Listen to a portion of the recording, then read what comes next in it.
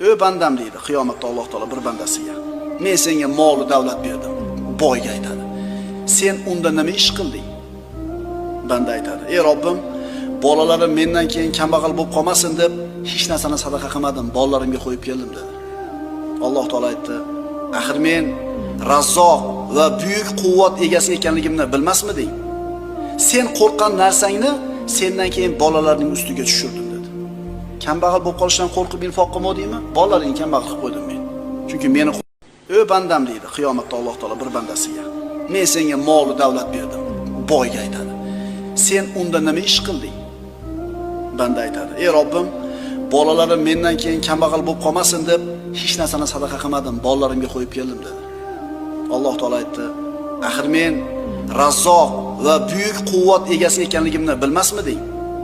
Sen qo'rqqan narsangni sendan keyin bolalarning ustiga tushirdim" dedi. Kambag'al bo'lib qolishdan qo'rqib infoq qilmadingmi? Bolalaringni kambag'al qilib qo'ydim.